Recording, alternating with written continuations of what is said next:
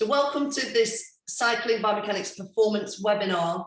Pete is going to start you off with an hour of body mapping, and I will be back in an hour. I'm not going to do any handover, Pete, because I think we're all right as we did it before, weren't we? Yeah. So I'll just go off screen and I'll hand you over to Pete, and I'll see you all in an hour. Enjoy. Thanks, Rachel. Hi there, everybody. As Rachel said, my name's Pete, and I'll be taking through a little bit of a roller coaster of body mapping. Anybody's been in before, you'll know that's about drawing stuff on the human body so that you can see biomechanics more easily, and in this case, specifically relating it to cycling. But it's about more than that, because I don't know about you, but a lot of people I speak to say anatomy and physiology, I've done that. You know, I passed my level 2, level 3, level 4, whatever it was. How can it be relevant now? And so I brought one of my clients in that I work with who does cycle very regularly and who I train, to show just how directly your knowledge of functional anatomy relates to your programming and your safety and your injury prevention. So no doubt you're all sold on that because you're here. But it's just to make the connection between the two. My background, just briefly, for those who don't know me, is 25 years in the industry. Started off being trained in PT, but also did sports therapy. So have both those arms to my approach, and sort of progressed on private clients, but also worked in rugby, professional rugby at Leicester Tigers, hence my giveaway top. And then moved on into training private clients and blending all of these things that I brought along with me. So movement and biomechanics and hands-on myofascial work, because I find that gets good results. Rachel said, I'm not a cyclist specifically, but what I have done is study the mechanisms of cycling and look at how a couple of important things happen. One, how do cyclists get enough range in their musculoskeletal system in order to be able to generate power and not be injured? And number two, where do they get the power from? Because it would be phenomenally easy to believe that cycling is just about having big quads, you know, big calves, as often cyclists do, and then Bob's your uncle, you're away. But those of you who are in cycling will know that that is not the case. That is a part of the story, and in fact, there's a whole lot more to consider. So with the body mapping, in a second, I'm going to start by bringing in the influence of myofascial lines, which I'm sure most of you will have come across. If you have activity of the myofascia across the whole body, so the combination between muscle and fascia, on the principle there is no single muscle, there is actually continuities running through the body. Today we're going to look primarily at the superficial back line, and I'm going to look also at the back functional lines, because those two I believe are critical when it comes to cycling. And I'll draw one of those on Ed from top to toe so that you can see it, and then we'll get him to jump on the bike and get him to move the pedals as if he's cycling, so that you can see how these lines are actually active during the cycling itself.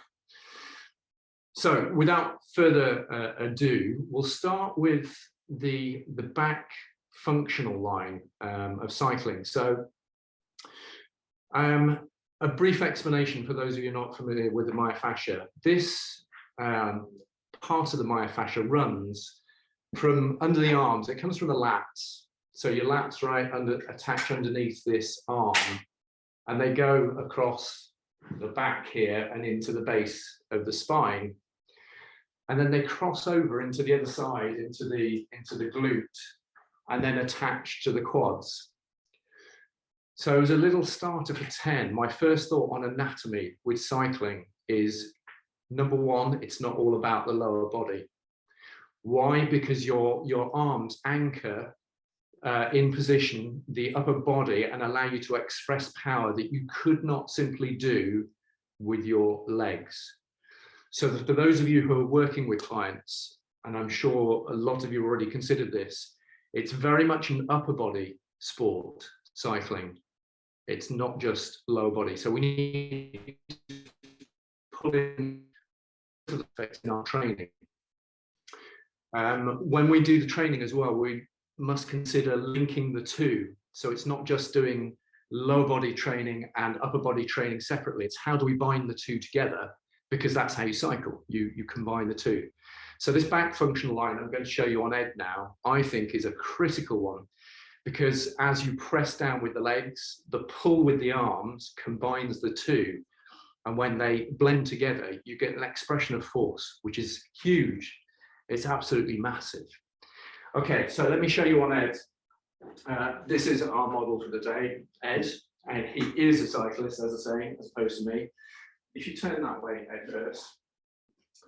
So the first one, I'm not going to draw this one in, I'm going to just show you with a band. But Ed has got a line from here up at the lats. Can you pin that with your hand? No. Yeah, that's it. So he's got a line that comes across here, represented by his lats. It then comes down and across and into his glutes here.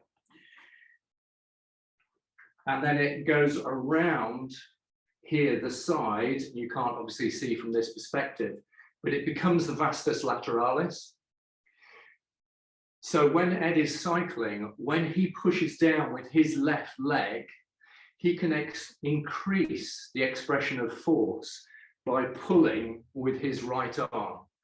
Now, again, those of you who cycle will know that already because you do it, but you might not think about that when it comes to your own training or training another client. So let me ask a couple of questions of you first to see where your musculoskeletal knowledge is. I'm just going to hold that there, Ed. With the lats, what's the muscle action of the lats? If you put it in the chat box below, I should be able to see it as it comes up. What do the latissimus dorsi muscles do that come down there at the shoulder joint? So just type a few words if you know the answer to that. If you don't, no worries, just continue listening. But it's nice to know what your level is at. What do the lats do? Okay.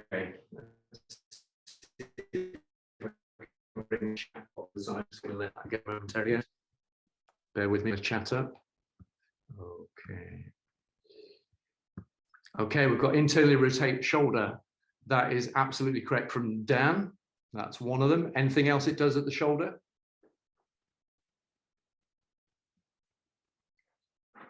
Okay, internally rotate is just one because of the attachment up the medial side.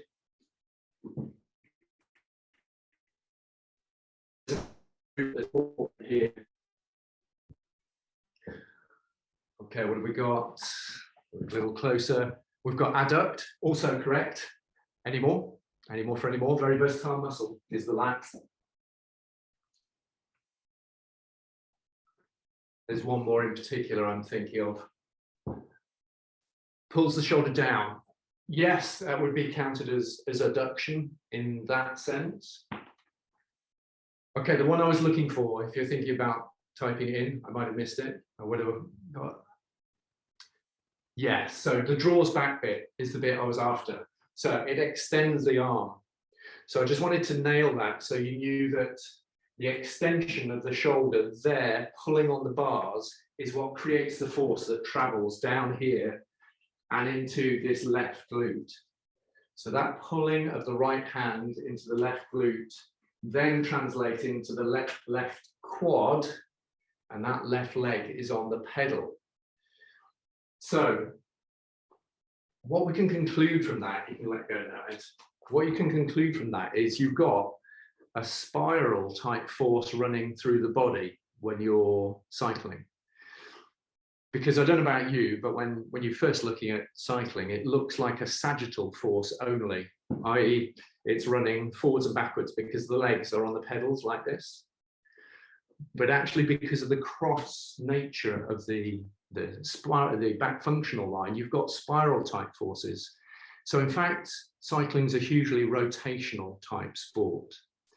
As a result, when I train Ed, I will use a mace particularly to get him to drive movement into the hips and across the spine in the transverse plane. So that would be one of the anatomical takeaways that I would say to you here. Get your clients that do cycle training doing a lot of transverse plane work. Okay, get them to work into the hips. Anybody who's familiar with joint actions, get their hips flexing, adducting, and internally rotating, because that is how the force is generated on the bike. It's very difficult to see because the arms don't move if they're fixed to the handles at the front, but they are still pulling in order to generate that force. So that's the first takeaway from a functional anatomical perspective. Back functional line is drawn in, which means that we've got rotational forces. Hopefully that makes sense. If anybody thinks of any questions as we go along, feel free to chuck those questions again. But don't be afraid to chuck anything in there that you want to. So that was using the bands first. Now we'll get down to actually drawing things on. And what I'm going to major on is the superficial back line. So yeah, let's get you to face that way. All right, step back half a step. Good, just getting you as good a view as we can. The superficial back line down the back of the body is probably one of the key tension strings in cycling. And you, as a practitioner, need to be aware of the different segments and how they're affected by being in the cycling position, because the superficial back line is under significant pressure all the time. So let's draw it in so that we can see it all. First, I'm going to put the spine in.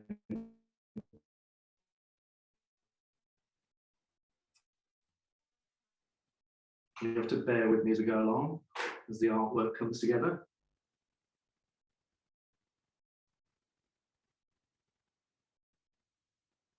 Okay. As we go along, if you can't see it at all, just let me know. Put something in the text box and we'll get it a little bit closer. Oh, I'm cutting out a bit. Okay, Harry, thanks. Okay, the sound's sometimes dropping out.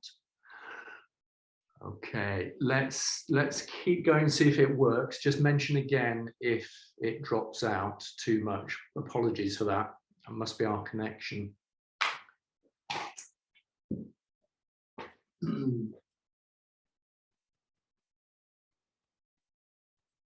Right, I'm going to mark in it up here. Just bend your head forward. Relax there. So we've got C7 up here. If we come down, we've got T6, approximately here, and approximately there, T12. Just check your ribs, sorry for cold hands.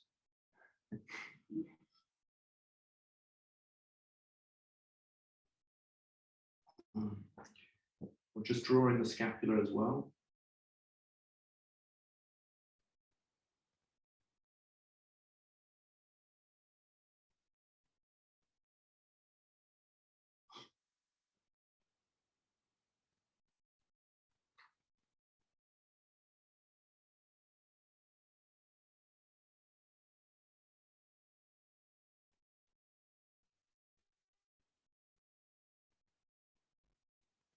What I might do is get you to kneel, turn slightly. So if you kneel down there, I think we can get you in a little bit closer. So kneel down and face that way.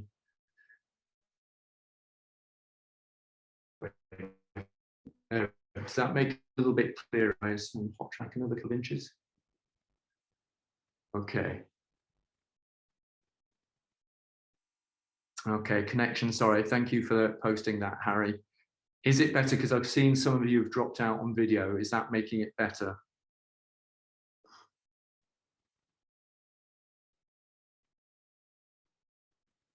Connection was fine earlier, but sometimes, yeah, if you don't mind, nothing personal, but if you cut your video, that'll reduce the pressure on the bandwidth. Drops out every 5 minutes or so. Well, if it's not continuous, hopefully that won't disrupt us too much. Okay, just turn on a slight angle, that's it, 10 degrees, perfect. Okay, let's keep going, see how we go. Right, we've got the scapula up here.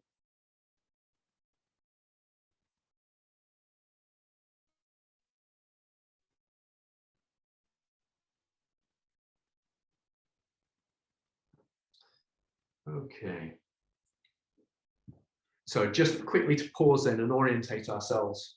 We've got the spine here, we've got a little marker for C7 so that you can get an estimate of where everything is. We've got T6 here, which is roughly at the same level of the inferior angle of the scapula. Then T12 down here and the lumbar vertebra going into this space.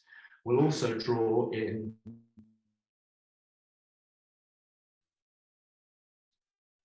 these are the posterior superior iliac spines. Again, excuse cold hands.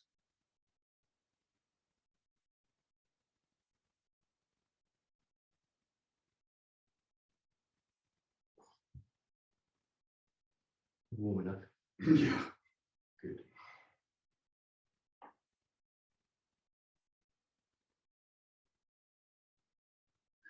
So I've got right iliac, right ilium and left ilium, the two iliac crests, and here are the posterior superior iliac spines.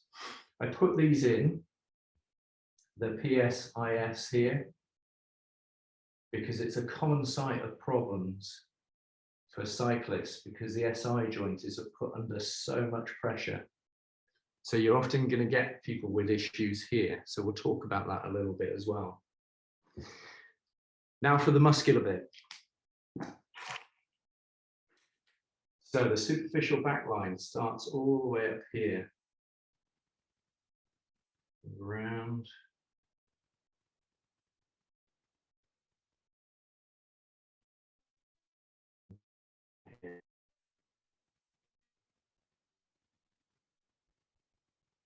So which group of muscles would this be? Anybody put in the text box?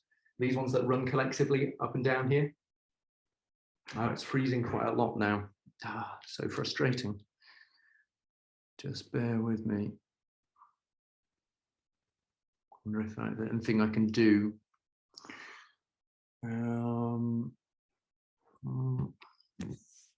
Just going to try moving this to see if it makes a difference.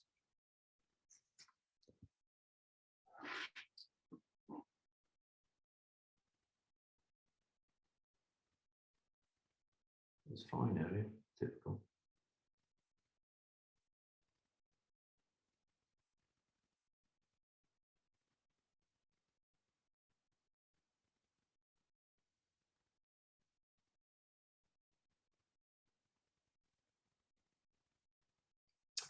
Just saying, folks, if erector spinae is correct, Gordon, thank you for the answer to that one.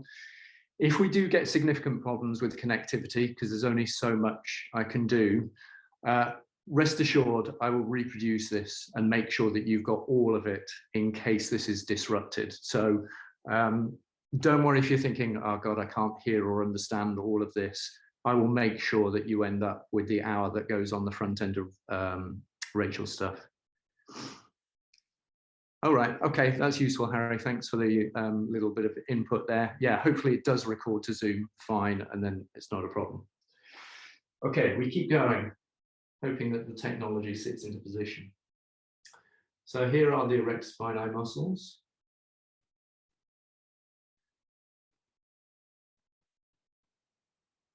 So while I'm doing this, does anybody train cyclists, or are you cyclists yourselves? Just put in the text box underneath. Are you training other people? Or are you a cyclist yourself? Or both, in fact. You're a cyclist, Harry, Vanessa, you're both. Okay. Good. Yeah, both.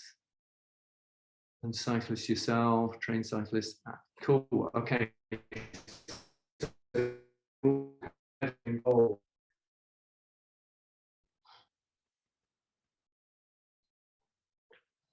And what do you do more of in your training? I know it's a little bit of a broad question, but do you do more mobility work, more strength work? Is it gym-based, kettlebells, dumbbells, barbells, or is it a bit more functional? What kind of stuff do you use to train?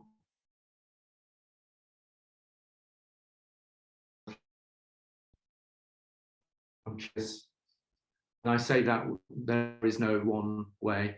Strength and power based for you, Harry? Okay, cool.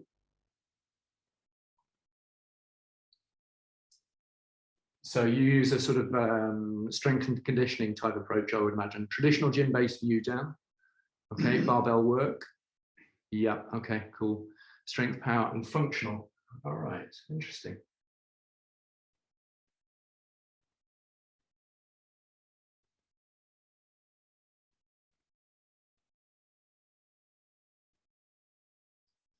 So that's really interesting. And in terms of what you do, kettlebells for you, Stephen, that's interesting. S&C for you, Gordon. You might have guessed already by the nature of my conversation, my emphasis tends to be on freestanding exercise, which might involve kettlebells or mace. I use a mace a lot. I use bands an awful lot. So when I say bands, I mean these.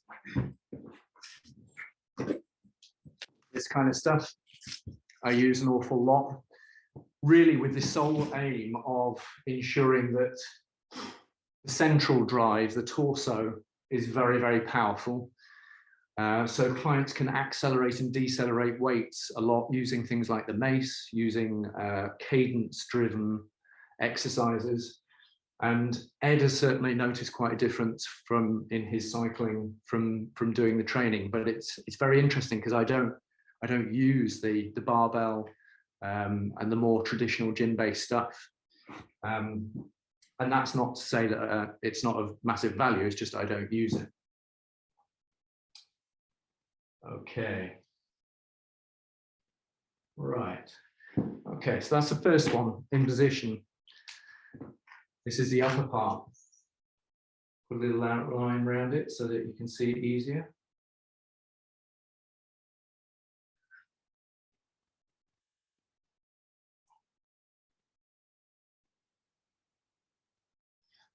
Okay, so a couple of implications of the anatomy here. This superficial back line will be lengthened when you're in the forward bent position. So thoracic region is going to be in flexion. The lumbar region will be just slightly in flexion, but there'll be tension running through this entire area. That's relatively easy for this, the thoracic region to achieve, but not so easy for the lumbar spine, and it's very dependent on the positioning of the hips. So what you've already probably discovered is the mobility and capability of the hips is very important in cycling. I don't ride a cycle, I do ride a motorcycle. I know that when I lie flat on the tank, the work I have to do through the thoracic region is quite high. So doing some exercises in a positional kind of forward flexed position is really important as far as I'm concerned, in order to develop the strength and capability of these muscles here. And not just retraction work and rowing base work, but prone stuff, because that's the position that you cycle in. I've seen that you use bands as well, Gordon. That's cool. So prone-based stuff to develop the strength here. Obviously, this needs to be stable in the lumbar region as well, but mobility also important.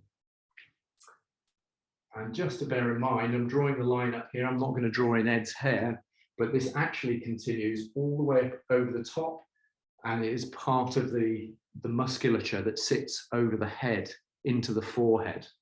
So bear that in mind, you know. Difficulties, headaches, tension headaches can derive from exhaustion in a superficial back line, okay, if you're in that prone position quite a lot.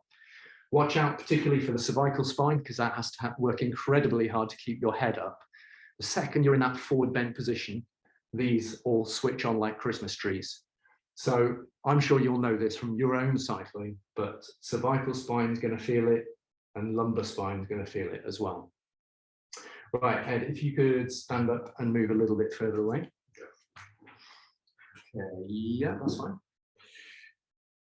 So this one comes down. Now I'm going to spare Ed his blushes here, not ask him to take his shorts off, but the fascia runs down here into the sacrum, the sacral fascia, and then it runs into the sacrotuberous ligament, which runs across here, and then from the ischium here, the ischial tuberosity, it then runs down the leg. So we are going to pick it up from the ischial tuberosity. So yeah, if you could pull that one's cool. That one's cool. Now, needless to say, I'm going to draw in one side, but it is, of course, both sides with the superficial back line that are implicated. So let's say there on one side. Right, while I'm drawing these in, can anybody name all three hamstrings? Put it in the chat box if you can.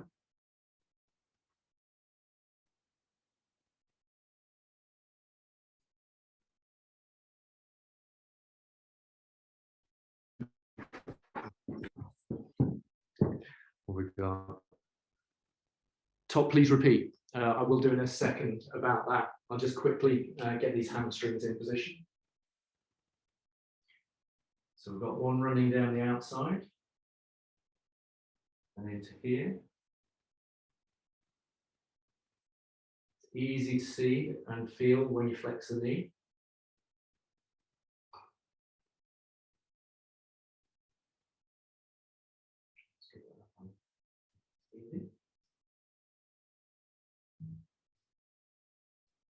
Right, what estimation have we got here? Semi-10, semi-mem, any more? Yep, biceps femoris.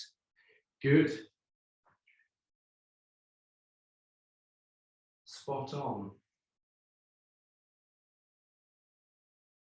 Out of those, which of those muscles is located on the lateral side, i.e. this one?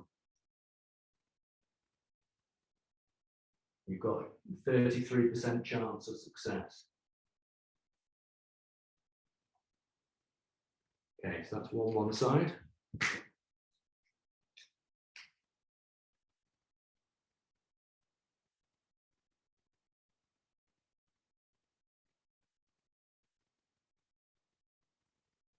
And then we have two the other side. So you're going for semi-mem, Harry. Does everybody else think he's right? Do we think this is the semimembranosus? Stephen's going for biceps femoris. Do we trust Stephen more? What does everybody else think?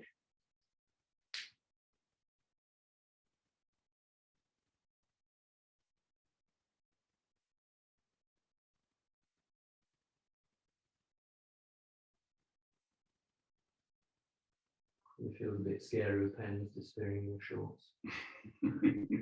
Not something you've probably said before. What has everybody gone for? Biceps femoris, Stephen said. Okay, the lateral base one is biceps femoris.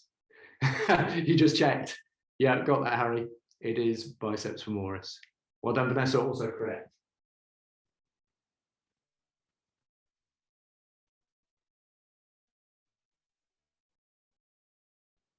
So bear in mind when you're cycling, these are all under continuous pressure. But while I'm drawing this, what's going to generate more of the force in hip extension as you push down on the pedals? The hamstrings contribute, but what muscle is probably going to bring you more? Put it in the chat box.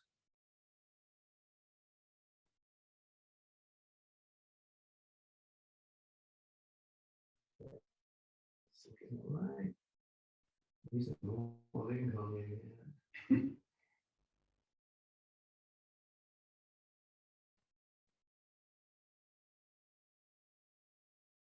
Okay, that's that one. What have we gone for? Glutes, yeah. Glute max, yeah, absolutely. Glute max and a little bit of glute min and med in the frontal plane stability.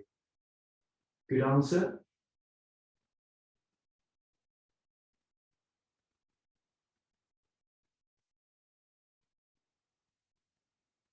Okay, that's starting to come together.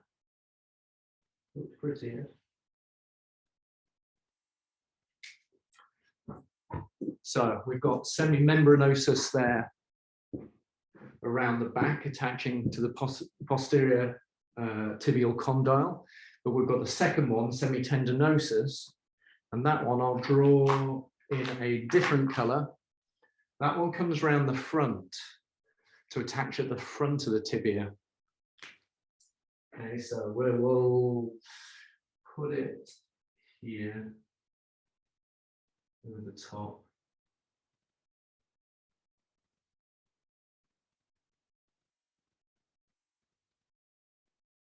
And now we're going to get a little bit of a mix of colors here.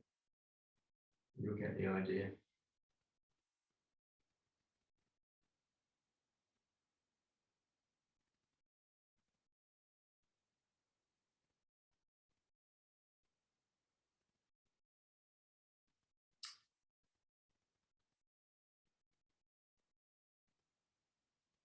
Okay, and if you just turn around to the roundabout there, so we can just see the inside of this leg and step this leg forward a little bit. This one. That's it, thank you very much. So it comes around here, semitendinosus.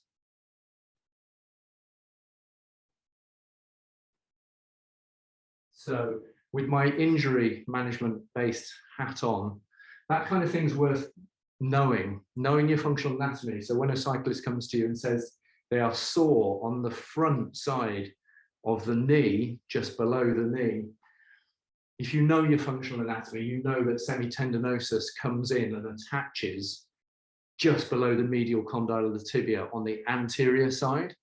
So again, making the connection between functional anatomy and your programming and your client management and your own management, knowing things like that can really help you. Even if you're not going to deal with it, you're not going to deal with the injury management and sorting it out yourself, you can refer it on to somebody and say, look, it looks like a bit of tendinitis in semitendinosus. So the functional anatomy really doesn't matter. So here we go. That one's there. That ticklish? Yeah, a little bit. Right, that will do on that one. I'll put a little outline around it.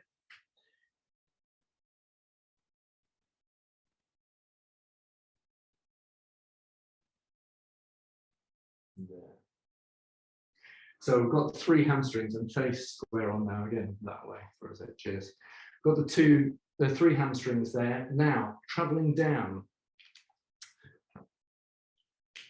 on the lower half of the leg. So first thing to say is a lot of the activity and the stress in the lower leg is actually taken up by another muscle than the one I'm going to draw. I'm going to draw gastrocnemius in it. But gastrocnemius, because the knee is flexed,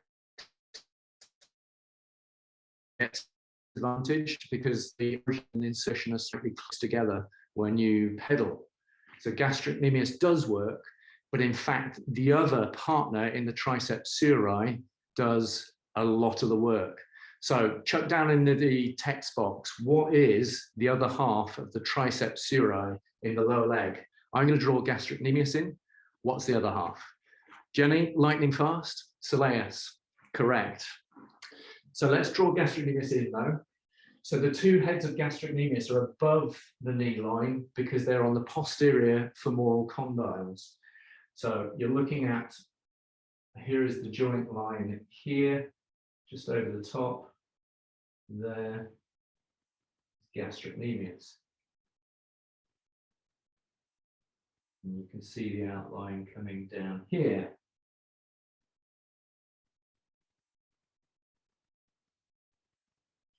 So slightly more down there. Now I'm just going to check in a second that you can see all of this.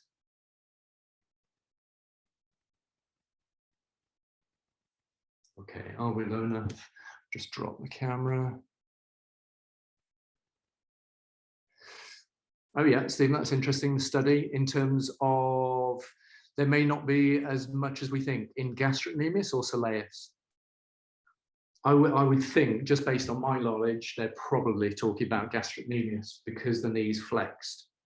Yeah, gastro. Yeah, I would go with that because when the knee is in this position, obviously you're slightly approximating origin and insertion, so you're taking a little bit of the tension out, and therefore it would make sense muscle that it takes more of the flak. So yes, probably, Stephen, I would think that's correct. Okay, but gastroc is part of the superficial back line. Now, interesting thought for you here. Notice I've kind of drawn them over each other here, overlapping at the top here.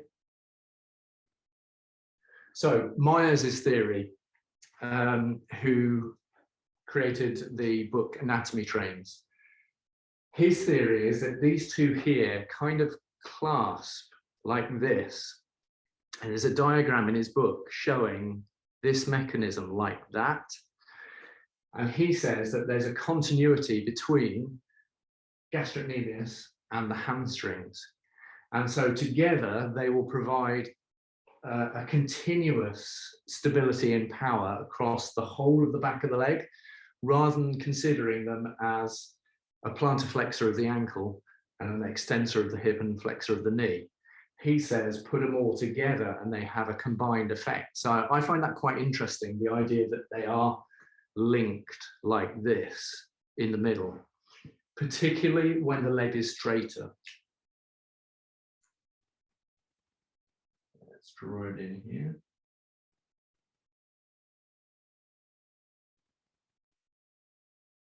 A lot of calf to draw here, Ed. Next time, could you have slightly less?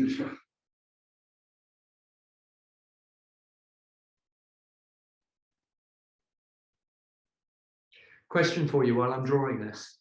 As cyclists yourselves, what parts of your body do you feel most as you get fatigued when you're cycling? Oh, I'll come to your question in a second, Emma. I'll be right there. But to you, where do you feel it most? Is it your quads? Is it your calves? You feel that pain in your back? Where is it?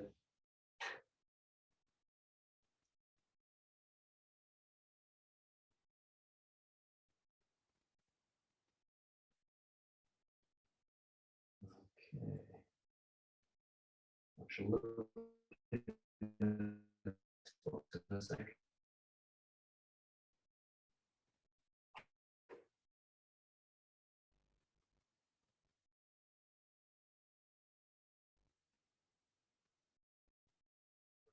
Okay, let's have a look. Quads, lots of quads. Shoulder for you, Vanessa, that's interesting.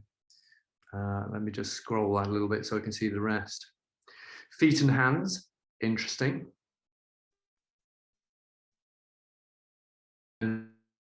Yeah, I get as well. The palsy hands end up not being able to grip anything. Shoulder, quads, and calves. Interesting, isn't it? The reason I asked the question is looking at how you generate force on the bike. You know, you see people with massive quads, but is there more to be investigated about how training in the upper body and, for example, training the core, the torso in the transverse plane could considerably change your power output and take a bit of pressure off the other parts of the chain? That would be my interest. Yeah, feet. I tell you what, that's an interesting thought. Hold that thought, Stephen, feet, because in a minute I'll draw how this fascia continues into the underside of the foot and would help explain why all of that force channeled via the superficial back line into the plantar fascia particularly is really stressful for the body. So, okay, thank you for those questions, and I will go back to that question in 1 second.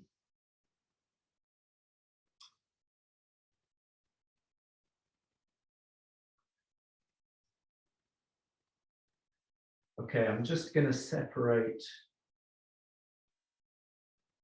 the gastromuscular part from the fascial part by making this in blue.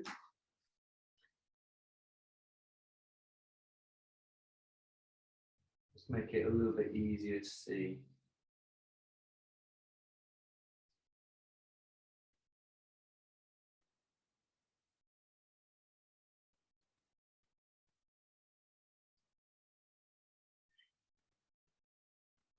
You've got to pity a poor Ed a little bit on this one. He's got to wash all this off tonight. Like, how'd you get to some of this? Exactly.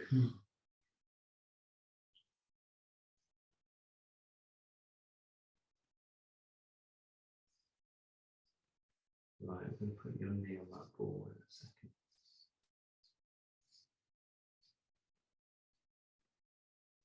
Right, I'm hoping you can see all of this.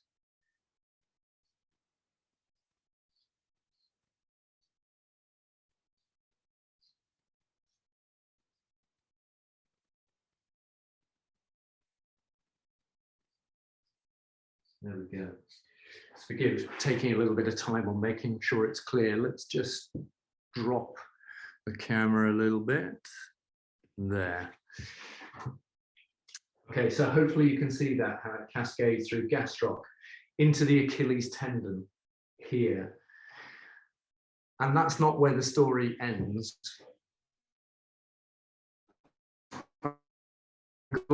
Track cyclists develop stronger upper bodies. Yeah, a sprint cyclist. Yeah. Brad Wiggins changed from track to road. Yeah. Makes complete sense to me. I had to take a bit of time to look at cycling and do some of it myself to really consider it, because to start with, you do think it's kind of big legs and that stuff. But the upper body, and you're right, I looked online and saw guys with much, much bigger upper bodies. You can really see the advantage you get by developing up here. And Ed is fairly strong across that area too. And I think he leverages a lot of power through the upper body and the glutes, where he's also strong. Now, just quickly, there was a question came in. What difference would it make how best train the posterior chain? From you, Emma. Okay, just picking up a thought as I go along. So I think the implications for the posterior chain are to make sure you consider all of the segments. Firstly, put your positions if working it, prone to work the upper back. Likewise, training the lower half of the posterior chain. It's easy to do the traditional stuff, but can you get people to generate power from this flexed position which you're in when you're cycling? And it's not so easy. So doing, I would say, a lot of single leg work. I like doing a lot of single leg work with these guys, getting them to drop into, I'll demonstrate them in a minute if we've got enough time at the end, single leg squat based stuff, but not just in the sagittal plane. Get them to drop into frontal plane type lunge, single leg work, and stuff that challenges the transverse plane. There's something that I work on with these guys called the clock matrix, and if I get time, I'll show you it at the end. And it challenges the lower body on single leg through the entire clock. So 12 o'clock, 1, 2, 3, 4, 5, 6, 7, 8, 9, 10, 11. And I find from that they develop a more rounded capability from the hips. I think the hips are absolutely key. Number one, that you've got range. So anyone knows their joint actions that the joints prefer. Getting your hips to be able to flex properly, adduct, and internally rotate is really important for cycling. So flex obviously is in this position. There's flex. Adduction is in that position, and then internal rotation is driving like that. Now I know you don't do that. Forces that you create, you're effectively doing this because of the pull of the arms in the the one-sided manner. So those are the things that I would really consider most important. Jenny, sound went again when I started talking about that. Jenny, I will make sure that I get all of those questions answered, even if I'm not able to because of the sound right now. We'll feed them in afterwards, and anything I need to do by producing another video, I will definitely do it. So apologies for the connectivity. I didn't realize that it was a little bit weak here. Okay, let's get this ball for you. So just put that right knee on there. So stay in the same position you were, facing that way, that's it. And put that right knee on there. That's it, cool. So you're just balancing on that left leg. If you stand up with it so that we can get this foot up. So knee down, foot up, there, that kind of thing. Right, so final part, the superficial back line. It actually continues through the Achilles tendon. You're going to love this, Ed. You are going to love this.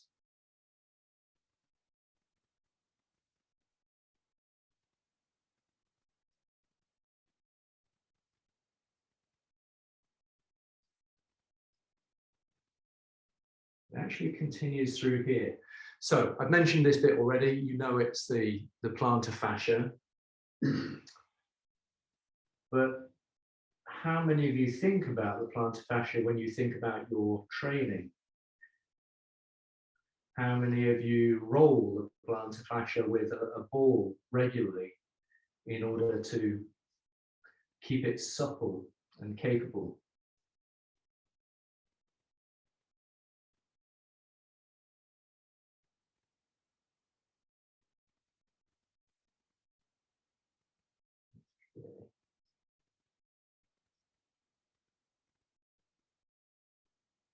Right. So there we go. There's the plantar fascia. Next one. There we go. There it is. Okay. So plantar fascia down at the bottom there is under.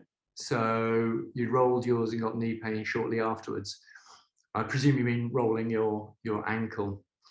So yeah, stabilizing, probably a good word. There is a tremendous amount of force going through and not just think about the obvious muscles further up, these bigger guys, but think down into the smaller muscles of the feet and the plantar fascia that is related to them. So I would always be rolling the feet all the time, and considering how this plantar fascia connects up to the Achilles tendon and the gastrocnemius. So rather than look at them as as two separate entities, consider them as one entity. And therefore global whole body training is something I would strongly advocate. Isolation is, it's fine if you want to do that, but to get the real results, I would probably want to make sure I did that. So thinking of hip hinges as well. They really do hip hinging, because that's something that develops the entire superficial back line and also teaches this musculature how to control the hip. So I don't know how aware you all are about the positioning of the hip, but the hamstrings hold on to the ischial tuberosity.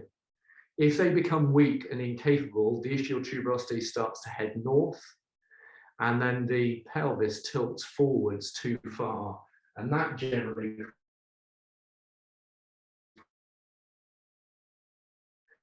so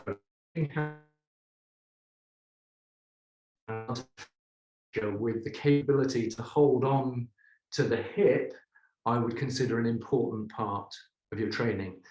Yeah, Jenny, you're saying you do hip hinging full rides. I think that's very, very wise indeed. Okay, so if you take that off and stand on 2 feet, there we go. So that is the entire superficial back line.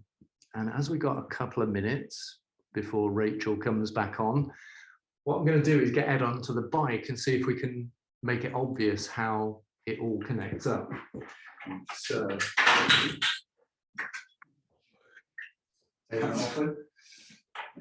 if we turn it on the 3/4, just bear with us while we get the bike in position. No pressure.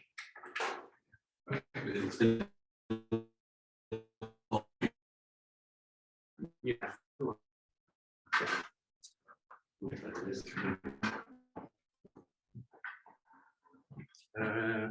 Yeah, maybe not quite spot, somewhere around there. Okay, do you need this? So what I'm going to do is get Ed to jump on the cycle so that we can see from the best angle how the superficial backline works in motion. Okay, jump onto there. All right, so that's not too bad. I'm going to raise, I might move the camera in so that you can see a bit more obviously. So if you keep pedaling there, Ed. So I wanted you to have this perspective so that you can see the back line working as it goes. And interestingly, obviously with the cleats, there are implications in terms of the flexion at the knee as you come back up. You can see the hamstrings pulling as they come up the backside. And from here,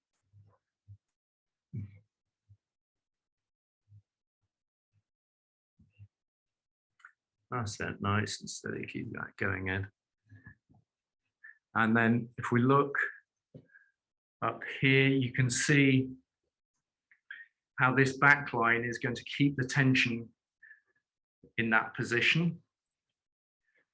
But he's likely to get fatigued up here through the thoracic region, so he's got to have strength. I know he's resting his arms on here. I know that takes some pressure off, but he's still got to have the strength through here to retain the spine position. And then it's being conscious here. You can see how these pelvis areas are moving and why the SI joints are potential flashpoints when it comes to injury. Okay, so this superficial backline is keeping tension on all the way through. Out of interest, the further he leans forwards, okay, the more he goes down into that crouched position, the more he's going to increase the tension through here, and he's going to potentiate the hamstrings and gastroc by going further into spine flexion and further into hip flexion. Does that make sense? Because he's pushing forwards, more tension translates through here, and that's partly why when you come into that forward line position, you can generate more power when you're cycling, which you'll know, no doubt. So there you go. That is the superficial backline in position here. And then actually, if I can do this, I might show the other one at the same time. Just bear with me. Let's see if we can get the other line as well. Yeah, you can hold that there. That's cool. Just stay there. And then what I meant before when I was talking about the spiral, the transverse stuff, you've got the lats coming down across from this side, right the way around to this glute and into this quad. So for me, that's fascinating. That says the efficiency of your riding through your left quad is largely underpinned by strong lats on the right side. Now, a few years back, before I started looking into myofascial lines, I would never, ever have made the connection between the two. But you can see it here in action, pulling through that right arm, coming down across in the diagonal into here, has a very clear connection. If any of you haven't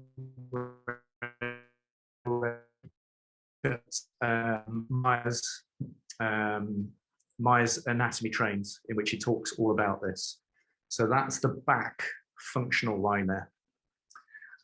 And if I just take that one off, as a final thought, just while he's continuing to cycle, you'll no doubt have discussed it and be aware of it. The strength of the torso, so the inverted commas core, can't be underestimated in this. And what I might do is just show you in the last few minutes is the kind of exercises that I use to train those. Hi there, Rach. We are nearly there. What have we got? A few minutes left. Okay, so Ed, if you want to stop there. And we'll just show you a couple of exercises that relate to that.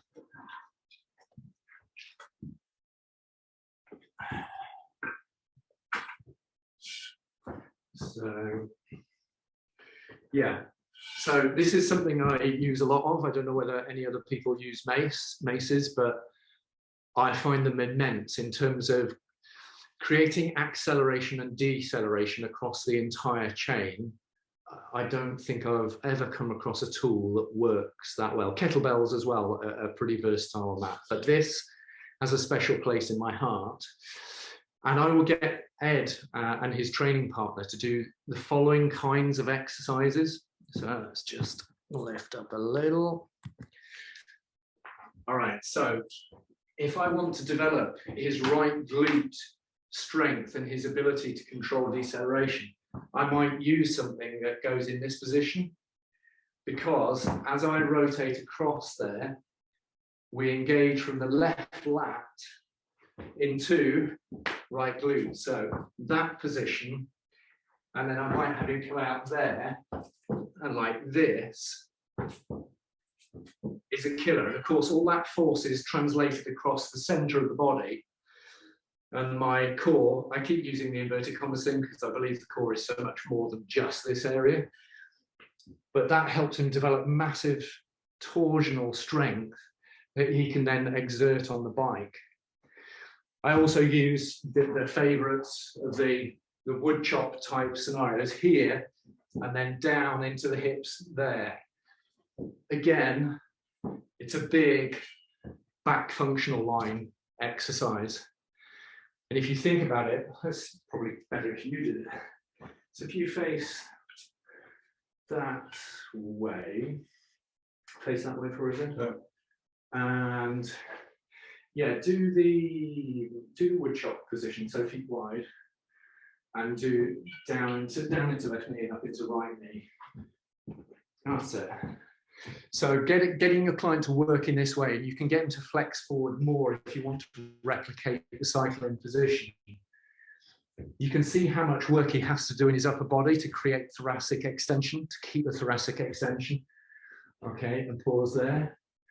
And if you do the switch to left hand at the top, and row down the side and rotate. So right foot forward. That's it. So this is another one that I use like this. Again, you're creating a lot of tension through the superficial back line, but also bringing in that rotational element, which is really, really important to create that upper body power.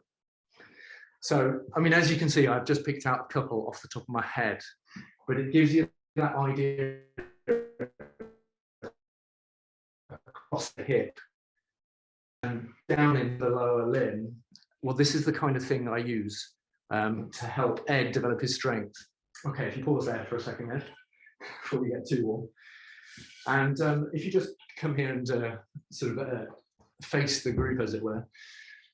What difference did you notice when you were cycling? It's just my power up the hills. It's the hills, because I'm so heavy. I'm about 15 stone, so getting my power up the hills where the really light feather guys are finding that really easy. It's made a huge difference. So I've got really good power, and then I mix that with just really long distances to keep the weight down. So yeah, I've done quite a few ultras where, again, I haven't got the physique for ultras, but a lot of that's in the head. So it just, I mean, that goes on to sleep deprivation and all sorts of stuff. But ultimately, I just found I've got incredible power to get up these hills, mainly because my back and my shoulders are so much stronger. So I can deliver that really well. Cool, thank you. So it's just to bring in that perspective, and I know there are probably lots of things that I'm missing in terms of not doing the traditional barbell stuff and the power, the S&C type stuff. But what has been interesting to me is how far you can get on this aspect, which is the more whole body, whole chain, the whole kinetic chain thing can make an improvement. So I know that's a fairly speedy tour around the superficial back line and also the back functional line, but hopefully you come away with a little bit of a different perspective. Because for me, these hours are really about, can I find one thing? Can I find two things that might help me when I do my chosen profession, chosen sport? So just quickly, Stephen, you said, did your weight in kilos change up? Did you get heavier? I did actually get heavier. Yeah. Okay. I got heavier, and that didn't, but I thought I was going to lose weight, but actually getting heavier, I knew that my legs and upper body were getting stronger. So I did, but when I do ultras, I generally drop 10 kilos. Cool, thank you. And the power, watts per kilogram? I don't know whether you've tested that. Yeah, we haven't.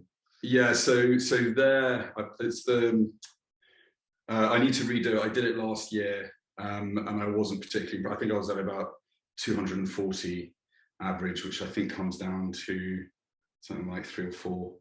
But no, I need to work harder at that sort of functional test, the FTP. Okay. Cool. All right. Well, as I said before, if anybody has missed stuff out where you think, God, I missed 20 minutes there because the sound wasn't working or the picture dropped out. We had a few problems, Rach, with the connectivity. Let us know at the end and let us know what you missed, and I'm happy to produce anything, whether it's a short video that we can send out to you or whatever it is, but just let us know if there's anything that you thought, oh, I missed that and I was interested. But now time to hand over to Rach. Yeah, I think interestingly, I did watch it all, Pete, but I think we actually ended up hearing what you'd said, because you're very good at sort of saying it one way and then you say it again in another way. So I'm hoping that actually over the whole presentation you did end up saying everything, even when it wasn't freezing up. But thank you so much, Pete. Ed, really appreciate that feedback. Blown away by your your choice of sport. It's not something that I would do, so all respect to you. You're in good hands there. So I'm going to carry on with another hour and we'll check the video and check that it's all there. If not, I'll let you know, Pete. Cool. That's fantastic. Thanks, Ed. Thanks. Okay. Okay, so how you doing, guys? Everybody still, I know you've gone off your video, so hopefully if my video doesn't freeze, you can come back onto video and we can maybe interact a little bit. Which I like to do. I know it's harder for Pete because he's going back and forth between his body. So I've been reading through your comments, who you are, where you are, what you do, and it's really exciting to sort of have physios with biomechanics coaches, with triathletes and triathlon coaches. Some of you have been in the industry a long time, others not so long. But it's wonderful when we can all spend a short space of time and share discussions and thoughts around, in this instance, cycling biomechanics. So what I'm going to do, guys, is I'm going to use a little bit of PowerPoint, and then I'm going to come out and do some practical stuff with you that you can either join in or you can just watch. So if you bear with me, I'm just going to pull up. Oh, I've got to open it first. Hang on. Let me open the PowerPoint and now I can share it, I think. So for those who are biomechanics coaches, of course, some of this is going to be a little bit familiar for you, although more cycling flavoured. Just move you guys across a little bit. Put you over there. And as I mentioned at the beginning of Pete's presentation, I wouldn't class myself as a cyclist. However, I have a road bike and an off-road bike, and I got into cycling. I got the bikes after damaging my ACL. I'm a runner, and I snapped my ACL in 2009, and my friend at the time got me a bike, and so I started cycling for a bit. Much prefer being a runner. However, because of my special interest in intrinsic biomechanics, I have gained cycling clients, and I've got permission from one of my elite clients to share a little bit of her data with you, which is really cool. But ultimately, my background is in strength and conditioning. I am a manual therapist as well, soft tissue therapist, although I don't really practice that skill set. I have more of a fascination with understanding how to assess, evaluate, and improve movement through movement education, through you guys and with the few clients that I take on. So this particular session, and again, please understand it's an hour. I do try and pack stuff into an hour. So I hope that it resonates with you. I am going to teach you a little handful of very basic, simple assessments for the pelvis, the spine, and the nerves in relation to allowing you to better help and guide your cyclists, or even for yourselves, which is why I invite you to join in with me practically if you're happy to. It's then, well, what do we do about that? Because we can often see things going on, and then if we can test it, well, what do we do about that? So some little I'm freely techniques. Ultimately, unless you are a clinician, I'm aware we do have a physiotherapist in here, but from my perspective, when I teach this education, it's just purely from risk reduction to optimizing performance rather than diagnosing and treating injuries. So we need to use people like physios to work with when somebody gets injured. So from my perspective, this is just about movement quality, evaluation, and then improvement. So there are two types of biomechanics. One might be when you go for a bike fit. So if any of you have had a bike fit done before, just put a little note into the chat box, and I'll have a look, see how many of you are. I'm sure some of you have done. If you've had a bike fit, you will have been evaluated biomechanically, extrinsically. So what do I mean by that? Well, they'd look at you, they'd analyze you using video analysis, they'd look at how much your hip flexes or not. They might measure all sorts of things like power output as well. But basically, they're looking at the way you move, they're looking at angles, and they're evaluating whether that's optimum for your bike fit. That's not what I'm talking about. It's not what I specialize in. That is an amazing skill, and I love working with bike fitters. What I'm talking about here is the intrinsic biomechanics side of the biomechanics science, and that's understanding what's happening on the inside when we perform a task like cycling. So if somebody is cycling and one knee is buckling inwards, we extrinsically evaluate that. Okay, the right knee is knocking in. What I'm talking about is working out, well, what could that be? Could it be muscular dysfunction around the pelvis? Could it be tight nerves, or a stiff spine? And some of the stuff that Pete's been mentioning as well. So specifically thinking about cyclists, it's quite an easy one to look at and evaluate in terms of it's a relatively static posture. So the upper body is bent forwards. This is going to depend also on whether you're an amateur or a pro, whether you're an off-roader or a speed trialer. So there are differences, of course, but the basics are sagittal plane or thereabouts. We'll talk about that in a moment. I know Pete mentioned other planes. Basically, sagittal plane, hip, knee, flexion, dorsiflexion, plantar flexion at the ankle, and then that forward flexed position. So how many intrinsic systems could impact on that? Well, the basics, as you see on the PowerPoint there, are your myofascial, your skeletal, and your neural. And of those, we have them in every area in the body, the pelvis, the spine, the shoulder, knees, and feet. So we can appreciate how it can be very complex. So I'm going to try and really break it down and simplify it for you. The beauty of the way the system works and the beauty of what Pete has just demonstrated with Ed is how everything is interlinked. So what that means is we could improve the pelvis function and take tension off the opposite shoulder or the foot on that side. We could improve joint mobility and therefore improve the nerves mobility around the back line. So everything is interconnected, and that is both complex and a wonderful way of thinking about working with a cyclist, how we can impact the whole chain by just working on one area.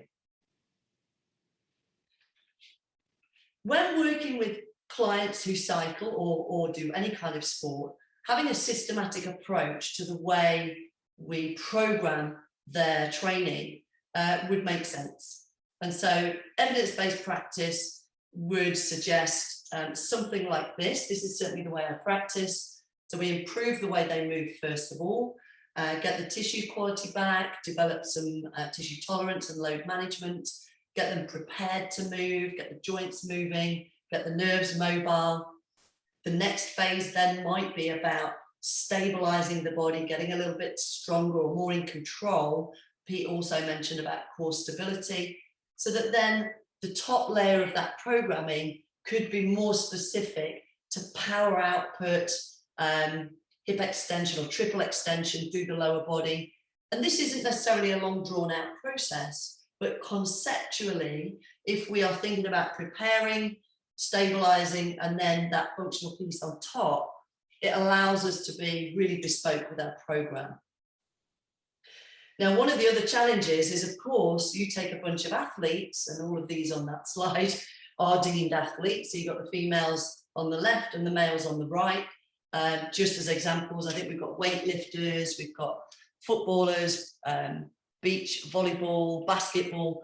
However, they're all one demographic, they're all athletes. And I couldn't find one of these for cyclists, so my apologies, it's not sport specific. However, it does represent one of the challenges we face when we're trying to optimize cycling biomechanics, because we are as different on the inside possibly to how we are on the outside. So let's have a little look at what I mean by that. If you imagine a cyclist's pelvis, let's just take the hip joint for a moment and look at that top left image, which is an overhead view of the neck of the femur, and obviously where you've got the hip ball and socket.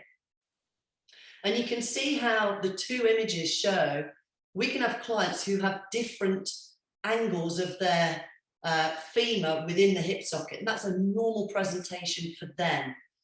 So that might impact on their knee line when they're cycling. If they have what's known as a femoral version or an anti-version, where the femur is more medially rotated, that may give them a more adducted appearance to the knee line through to the midline when they're cycling.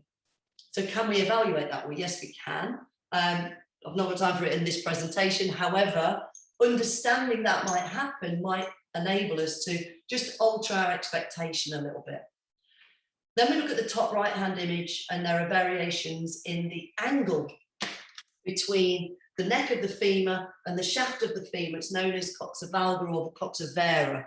So where you can have a lesser angle, or a smaller angle, coxa vera, and that might also mean that the knees are more likely to come in on a cyclist.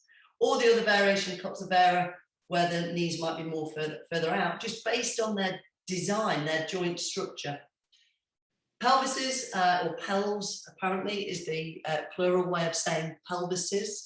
Can't get used to that one, pels. So the bottom left image and the right hand image, you can see different heights, different flares, different positions on those acetabulum. So when we're programming for a cyclist and we're looking at their extrinsic biomechanics, we need to be mindful of differences within the intrinsic biomechanics. And there are some we cannot change, and these are represented here in these images.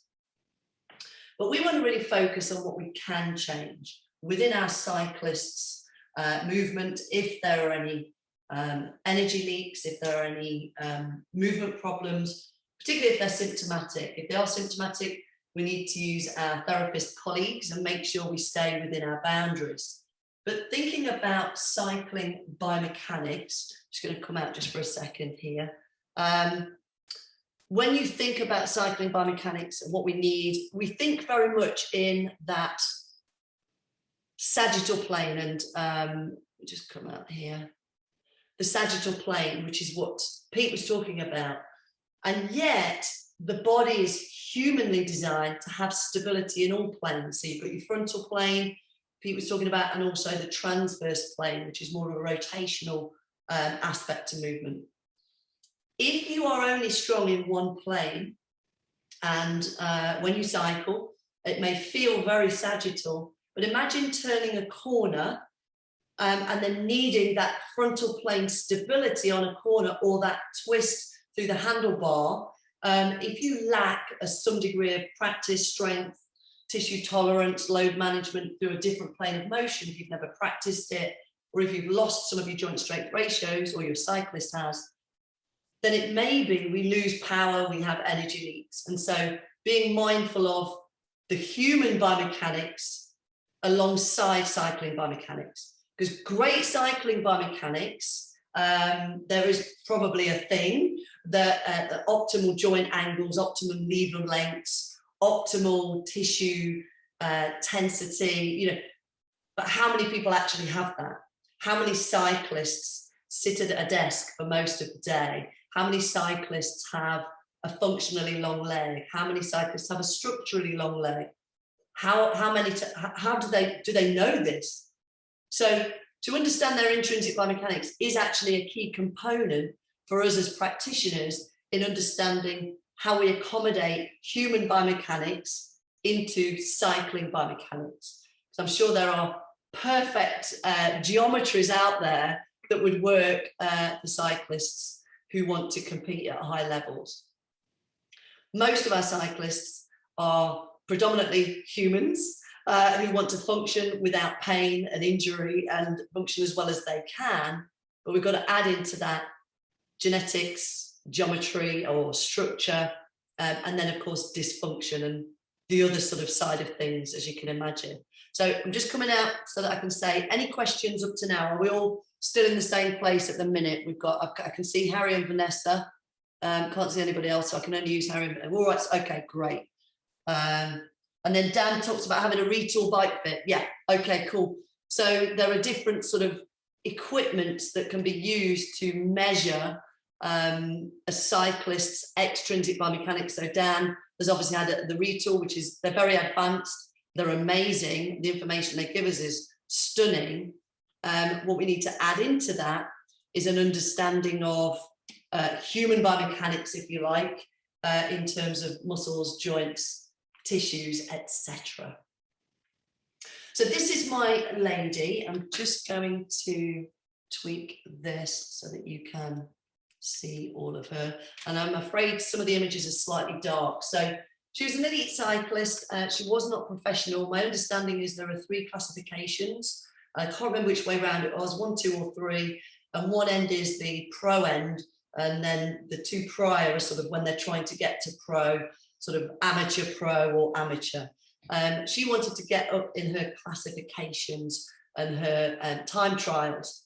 So I didn't really know much about cycling biomechanics at that level, but while I was looking at her movement quality, what I did was I broke down certain body parts as much as I could to see how each part was either contributing to her movement or limiting it.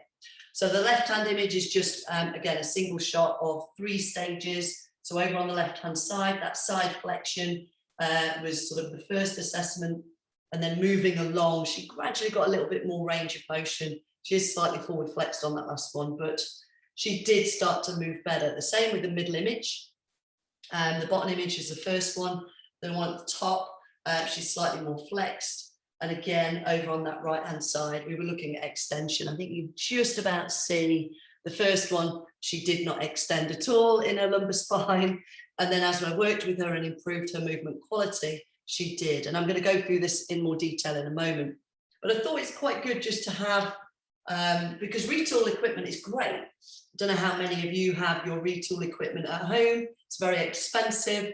I'm not sure if you can evaluate yourself on retool. Dan, maybe you can let me know. I would imagine you would need somebody else to assess you with that amazing equipment. But we could use visual tests like these. And again, the right-hand image is Thomas test, testing range of motion through the hip flexors. You can see from the top image to the bottom image, we improved range of motion.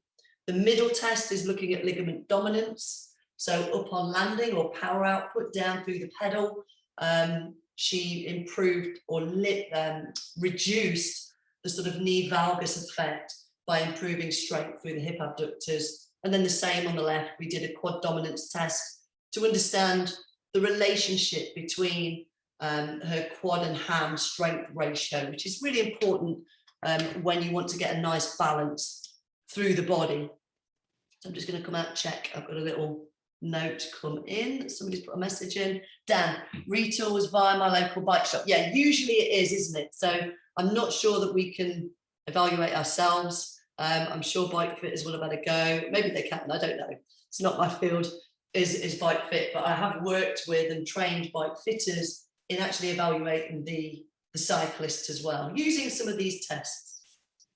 So this was her test results after I did a selection of body tests on her. And I'm going to teach you a handful of these in this session.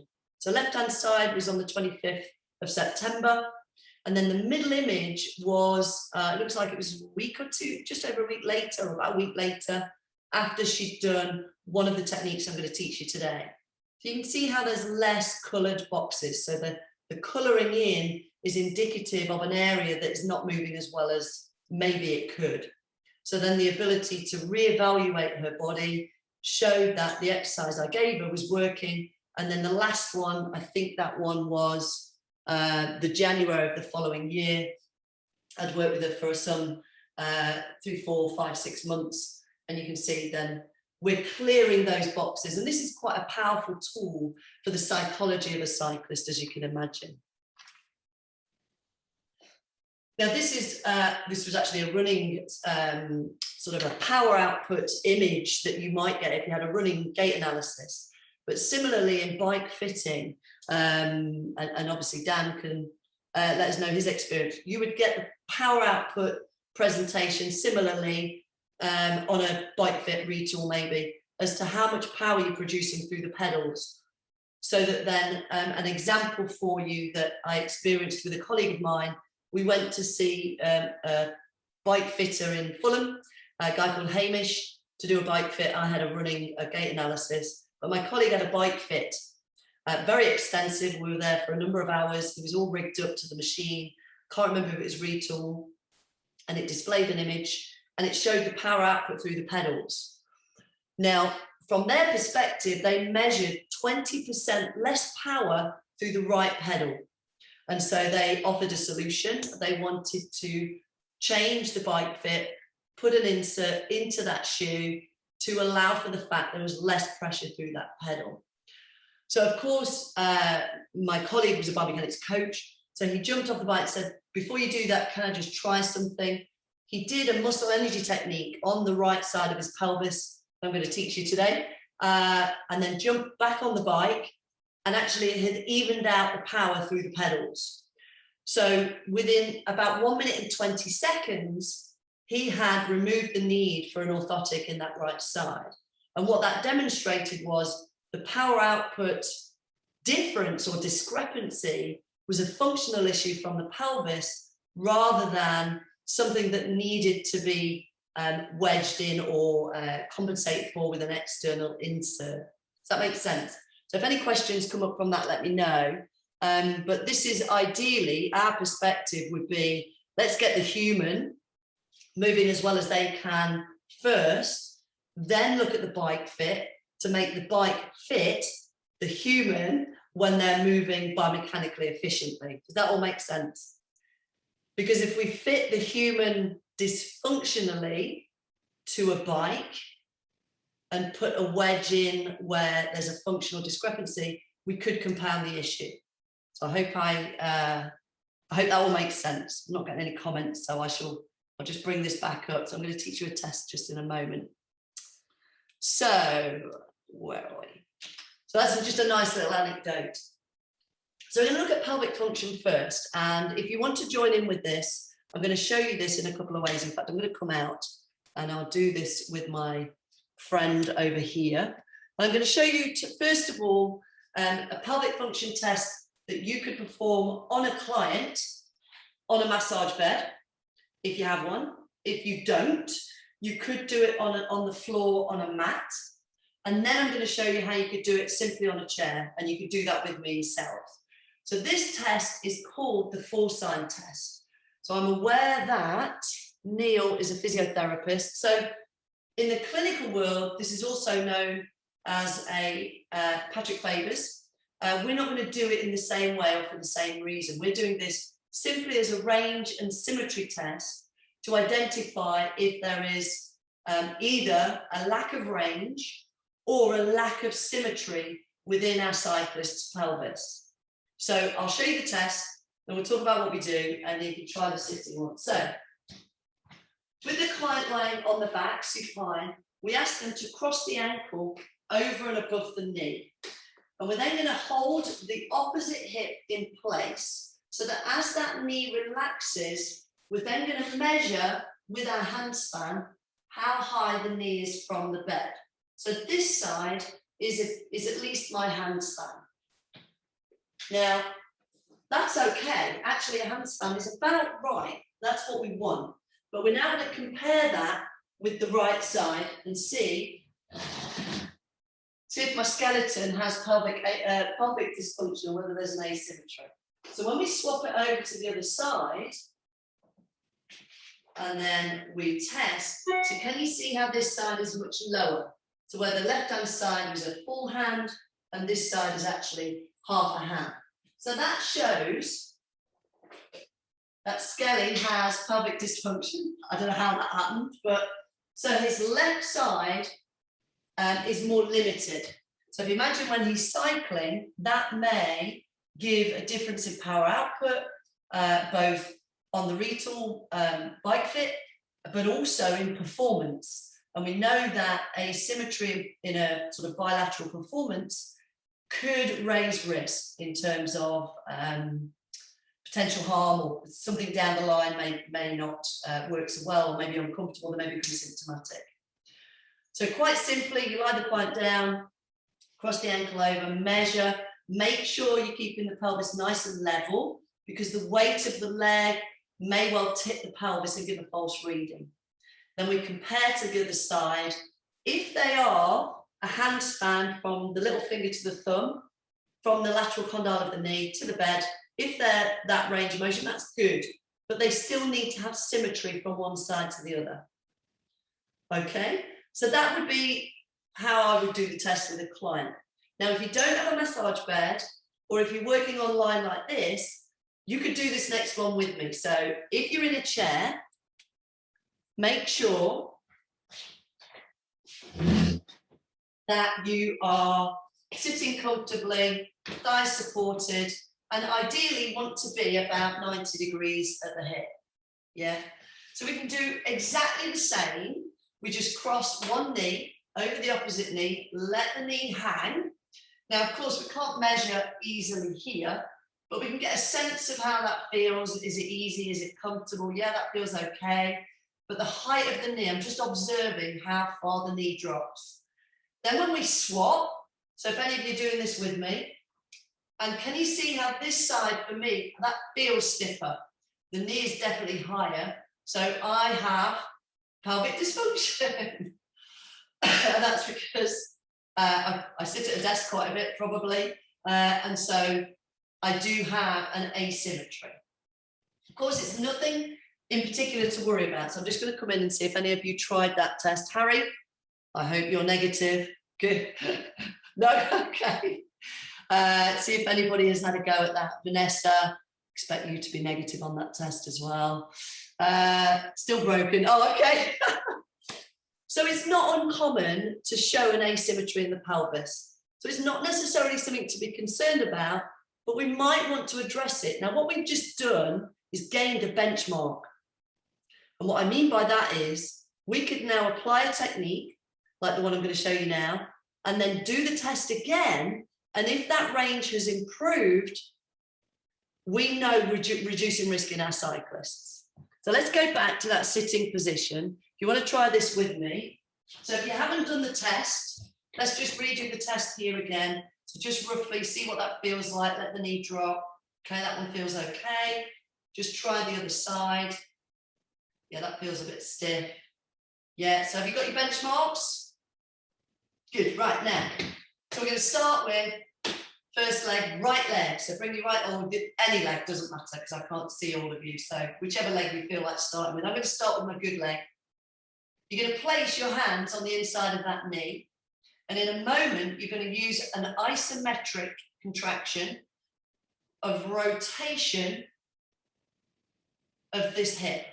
So hands on the inside of the knee, and then you're going to rotate the leg into the hands. The hands are just the block, but you're only going to use 20% of your maximum effort. And we're going to hold it there for 20 seconds. So you're resisting rotation. Yeah, so your leg's almost pressing into the opposite side. You're going to hold it there for 20 seconds. And what this causes is a stimulus within those hip rotators. Yeah. When you've done your 20 seconds, you bring the leg down, and we're going to do that again. We're going to do 4 repetitions. So hand on the inside of the knee. I'm just going to come. Keep going, don't stop. Right, okay, Jenny, I'm going to come to you in just a second because we've got, thanks, Stevie. I'm going to give you a solution, Jenny, don't panic, because you might, it's a good point. So are you still doing it, guys? Make sure you're still going. Jenny, if you bear with me, I'm going to come to you in a second. So let's do the third one.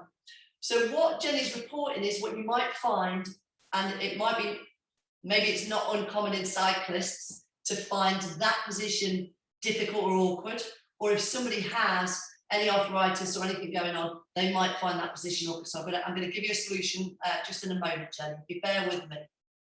So third repetition, bring it back down. And then if you carry on with your 4th repetition on the first leg, guys. Right, okay, same for you as well, Dan. Okay, brilliant. So when you've done the 4 on one side, change to the other side and repeat. So the key component here is only 20% effort, static, isometric, 20 seconds, and it's that low level that means this doesn't interfere with somebody like Ed, who's an ultra cyclist distance. The last thing he needs is more exercise, and yet this should not interfere with his training. So bring that back down, bring it back up. Second repetition, and then hold it there, nice and steady. Now this particular technique is known as post-contraction sensory discharge. It's been researched a couple of times. I think it was originally by Jiří Dorvac back in the 90s. And they found that a submaximal endurance hold was a great way to improve muscle function. Bring it back down. Third repetition. Keep going, guys.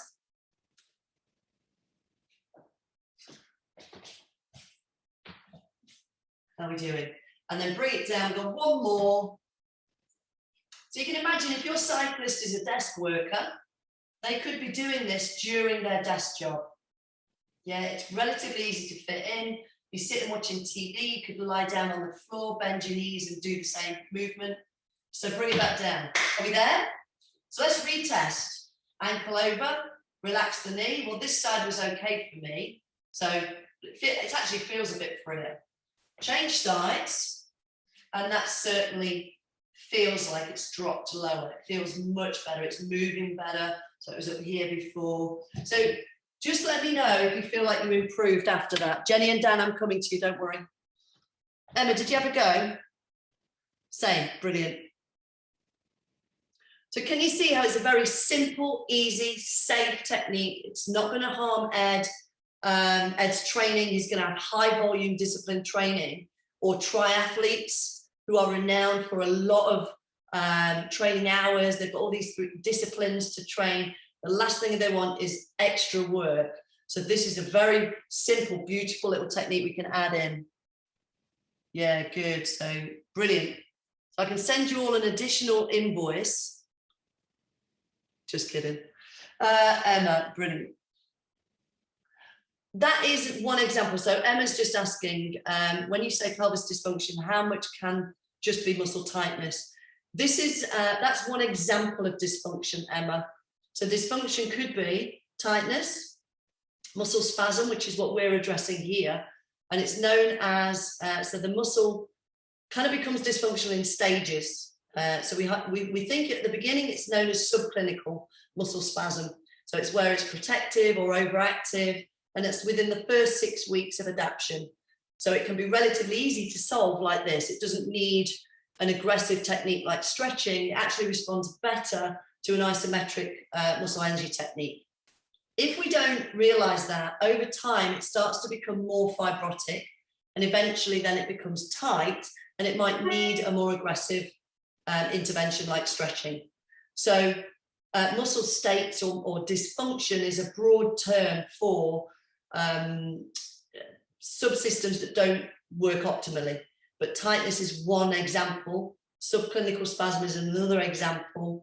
Tight nerves and stiff spine is the next example we're going to look at. But it's a good question, really great question.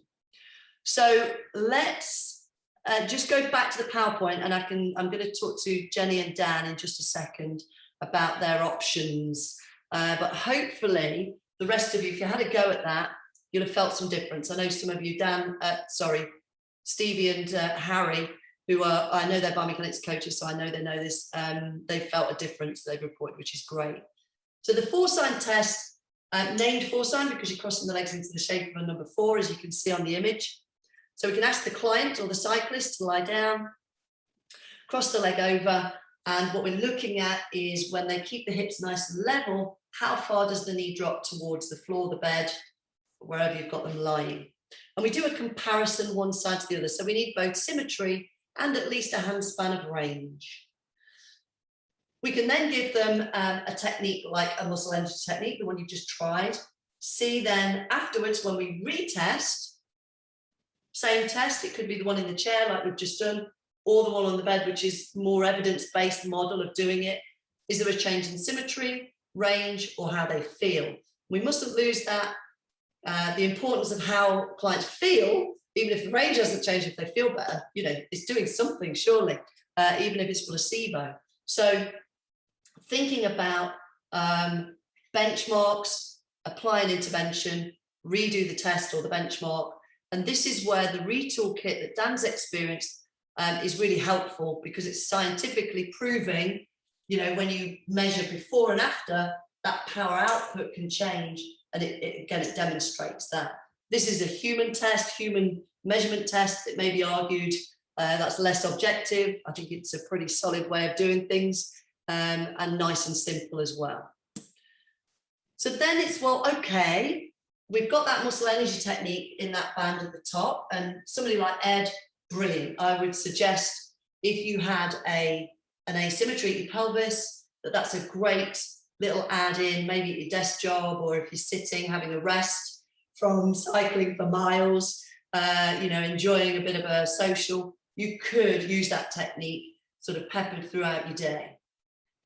As Emma's suggested, there may be alternatives if that doesn't change things, like stretching, foam rolling, manual therapy, or other techniques. We're not saying it's the only one, it just might be a new alternative for you.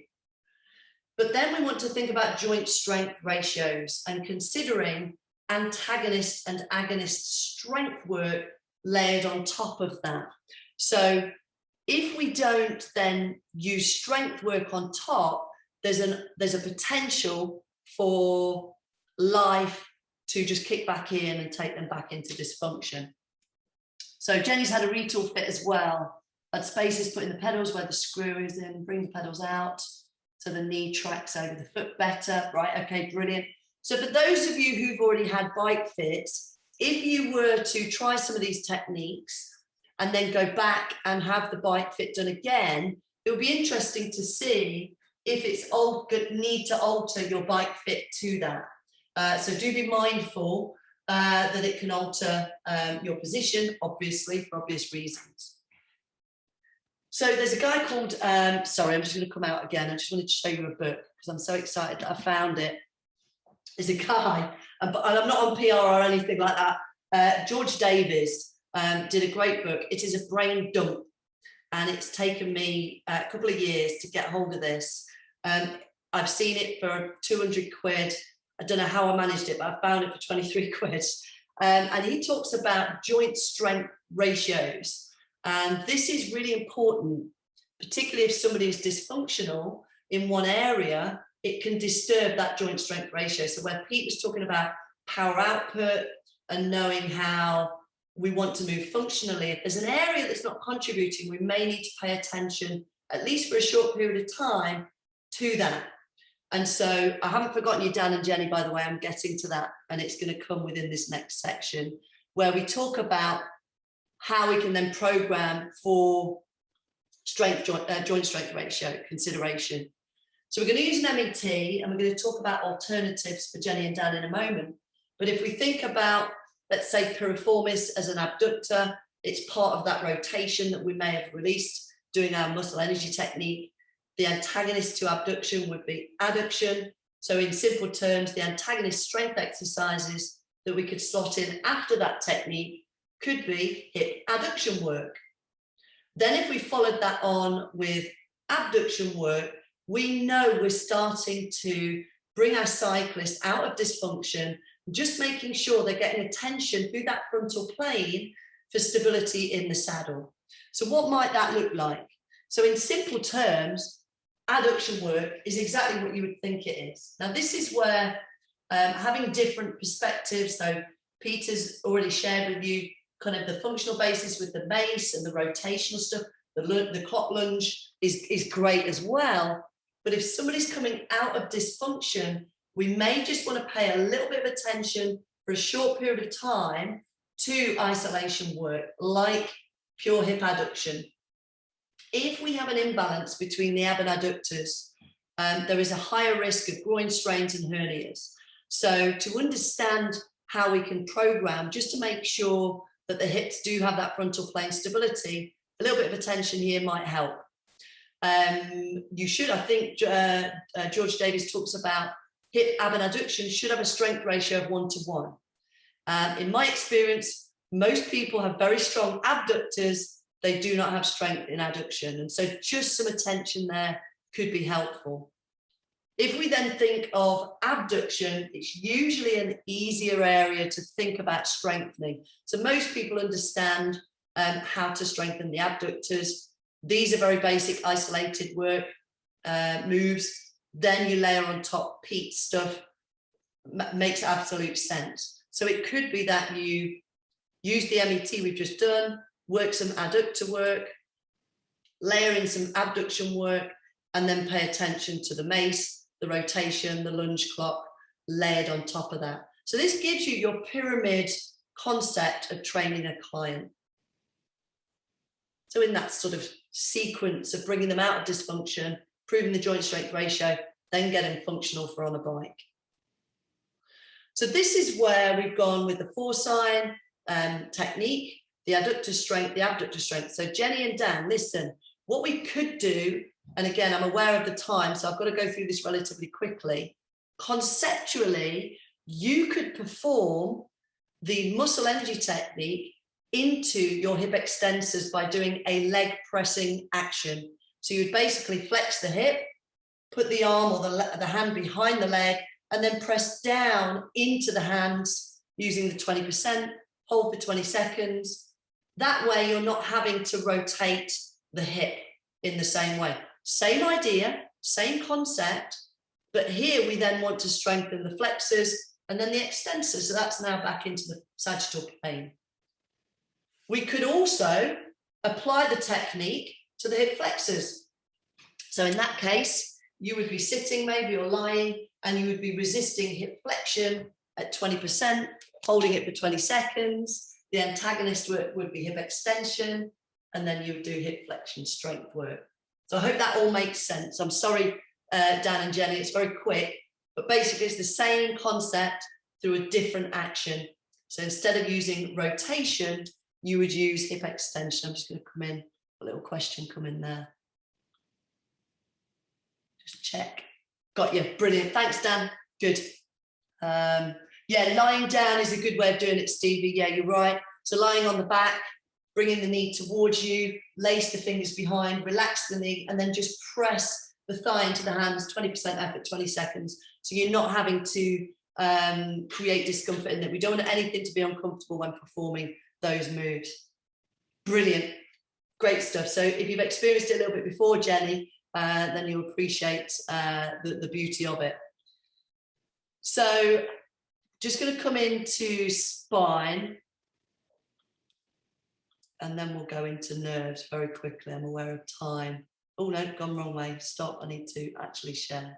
Share, and there. Okay, so spine function. So the joints within the spine, or sorry, a joint known as the facet joint, has a job to minimize movement, or as a movement limiter, so that we obviously don't have any added pressure to the discs and the spinal cord. Imagine in a cyclist, there is very much a forward positioning on the spine, so there's anterior loading. So we need to understand that cycling itself is probably not really that good for you. Can I say that with a bunch of cyclists? Biomechanically, it alters the load going through the body. And so we need to be mindful that while sport is good, movement is good, cycling and holding a fixed posture for long periods of time, we need to just understand how that's impacting on our natural human biomechanics. So when you move, there should be a kinetic chain of events, as Pete mentioned. So when you go to stand up, those multifidus will engage and add tone around the spine, but you won't be conscious of that happening prior to the erectors engaging when you lean forwards, and then the hip extensors contracting to push you out the seat. You just perform the move. You probably just think of hip extension, but actually prior to that, a whole chain of events hopefully will have occurred. So when you're cycling, it's the same. And if you think of dysfunction, it might just alter that kinetic chain of events. And that's really what we want to think about. So I'm going to go through this test. I'm aware somebody's just asked a question or put a note in. I was only saying that on the right side on Saturday that the position was not right. Okay, interesting. Okay, next test. So you can do this, although you might not be able to see yourself, and it's understanding spine extension. So from here, you would ask your client to sit on the chair, and you would ask them to relax and then basically extend. Very simple. So we're trying to take the lower body out of this by sitting them down. Arms are relaxed, and from a relaxed position, they're going to go into extension. And then we've got 3 questions that we're going to ask them and ourselves. So question 1 is any discomfort. Question 2 is, do we see a smooth curve in the spine, or is there a flat lumbar curve and a hinge point, and then they come out further up? And the 3rd question is, do they move confidently? So when you ask someone to move and they're kind of like, does it hurt? No, but you know, that could be indicative of something happening. But we need to see a smooth curve without pain. Spine extension, you think, well, why would a cyclist need spine extension? Even though cycling is a relatively fixed spine position, I know it's not fixed, but relatively in a flexed position, if the joints do not have the capacity to move through daily life and through regular movement, you're going to lose some of that hydration, you're going to lose some of the quality of tissue tolerance, symmetry across the spine. So it can be really simple. If they have a positive result on that test, they're a little bit uncomfortable, or a little bit stiff, or it's not smooth, we can simply give them pelvic tilts. So pelvic tilts would be, oh, I don't think I shared my screen then. There we go. I have so many clicks to do before it shares with you. Lying on the floor and then basically rocking the pelvis forwards and back. And it can seem like such a simple concept, and yet in application can make a big difference. And so knowing if your cyclist is very stiff in extension because they're in flexion all the time, encouraging the spine to enjoy not limbar motion. That says limbar spine extension. Forgive me, that's my new language, the limbar spine extension technique. Ah, dear, don't tell anyone, she says on camera. So starting off with lower reps and lower sets so that you see how they respond to it, and guess what you can do? It's a benchmark. So if Emma has a PT client who's a cyclist, they come in, she does that test, they're a little bit stiff, she gives them their homework, they do their pelvic METs, they do some pelvic tilts, they come back, and Emma can redo those 2 tests. The client says, actually, yeah, it feels better. And she can see visually, maybe she's going to photograph and film it. And she can show the client, look, that was you a week ago, and this is you now. It's a really nice, systematic way, effectively proving what a small technique can do. So does that make sense? Any questions on that? I know it seems really simple. Don't underestimate simple. I like simple. I teach biomechanics, so I definitely like simple. But another concept that's a really great one, that one of my favorites to add in, is lying on a foam roller. So again, this is perfect for Ed. So an ultra cyclist or someone who has a huge amount of time commitment to training and fatigue, to improve spine extension. If you imagine the thoracic spine can also be quite stiff, but simply lying long ways across a foam roller for a couple of minutes, maybe on a daily basis, no more than that, allows the gravity to help the ligaments relax and experience extension again.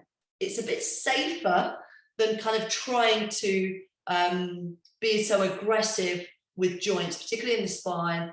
And we want to protect those facet joints because they're the movement limiters for a reason. And so using a very simple supine, oh, click the wrong thing, my apologies, guys. That one. Just lying on a long foam roller, so you would need a long one to be comfortable, your client would. And I actually buy one of these for each client, about 15, 20 quid on eBay or those kind of places. I'm not affiliated with any foam roller, long foam roller companies, but you lie on that, relax for a couple of minutes, and everybody I know who's done that has been surprised at how nice it feels. It also gives the body the opportunity to experience space between the ribs. So lying on the back as those ligaments relax with the help of gravity in a safe manner, it doesn't degrade energy levels for people like Ed, who's doing a lot of training, can have a little relax on the roller.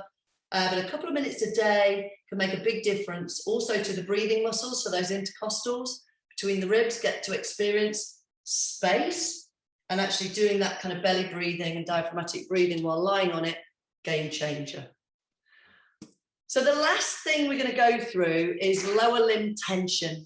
And some of you may have seen this taught as a sciatic nerve test. So I'm going to show you it as a lower limb tension test. And again, Neil, who's a physiotherapist, will potentially apply and use this differently in diagnostics. It's not what we're doing. I simply want to identify, does my client have more tension in the hamstring or the nervous system, so that my exercise prescription can be relevant to what the test tells me. Does that make sense? So what we're going to do is, again, we can have the client lying down. I'm going to show you how you can do this on yourselves again in a moment. And from here, same position, we would explain to the client that we're going to lift the leg, and they let us know when they feel the beginning of tension, tingling or tightness anywhere. So that when we lift the leg, we take the back of the lower leg, so just off the ankle joint above it, the other hand above the knee. And as we go into hip flexion, the client says, right, I can feel it now. We ask them where they feel it. If they feel it in that hamstring area, At that point, we don't know if that's hamstring tension or nerve tension. So what we can then do is say to them, tell me if it changes, the sensation changes when I adduct your leg. If the sensation changes, that would indicate that it's nerve tension. However, if the sensation doesn't change, it's hamstring. So another thing that might happen is when you go into hip flexion, they might experience a sensation in the calf. If that's the case, we put the leg straight down because that would indicate nerve tension. We haven't changed the range of the calf muscle. We've only changed the range of motion across the hip. So it's either hamstring or sciatic nerve at that point. We can test which one it is by adducting the leg. So I'll just go through that again one more time so you're aware of it.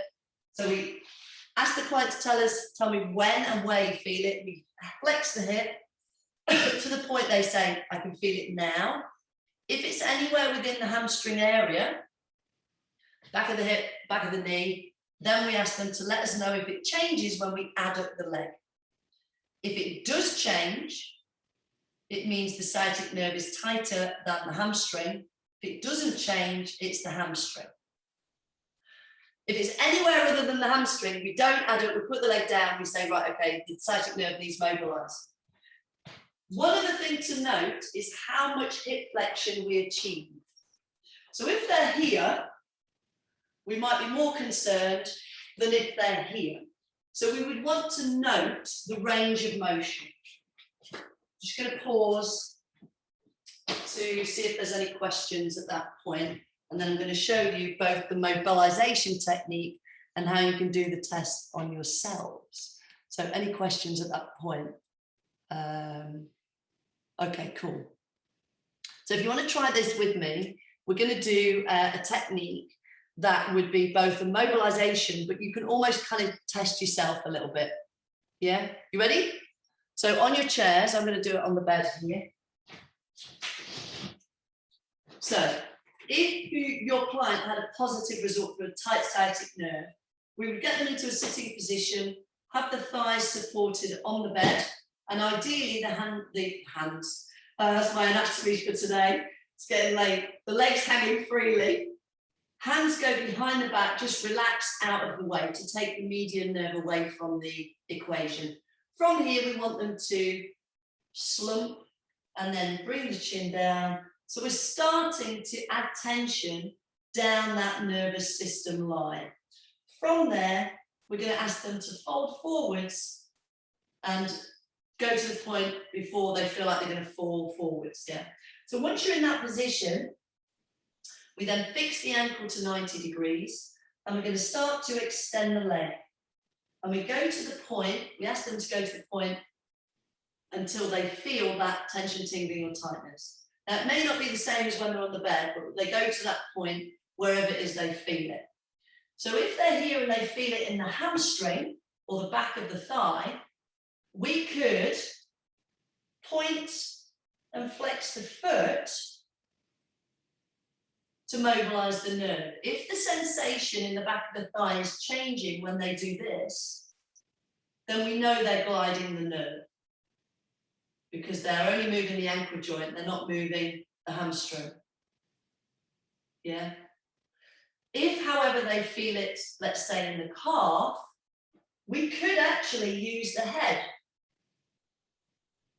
to mobilize the nervous system. Just taking the head up and down, nice and slow. If the sensation in the calf is changing, then we know we're mobilizing the nerve. So that could be a way you can test your own system. A third alternative would be that when they find the tension, they just flex and extend the knee. I would always suggest coaching them to do that nice and slowly. Nerves don't like high speed, they're kind of a viscoelasticity. And so I'm just going to show you the last couple of slides. I'm just aware of the time and then we'll regroup. So that lower limb tension test, the nerve mobilization. So just a low dose, maybe 2 sets of 8 reps on a daily basis. see if that nervous system just calms down a little bit, nice and slow, and it can improve range of motion. There's research showing that tension through the nervous system can inhibit muscle performance. So actually for a cyclist, that's quite important. They can also reduce the strength output of the quads, which is really important in a cyclist. So we did a study where after the nerve mobilizations, we improved quad strength output by 50% in 10 days. Do you think a cyclist, maybe Dan, who I know he's a cyclist, maybe, but would you like 50% more quad strength output? Of course you would. There are other things obviously going on, but just as a simple anecdote there. Always remember the body's an integrated system. So by doing the pelvic muscle energy technique, you could improve the range of motion on the nerve, or you could improve the movement through the spine. Doing the pelvic tilts may improve the pelvic function or the mobility through the nerve, and again, improving the mobility of the nerve could actually improve pelvic function, etc., etc.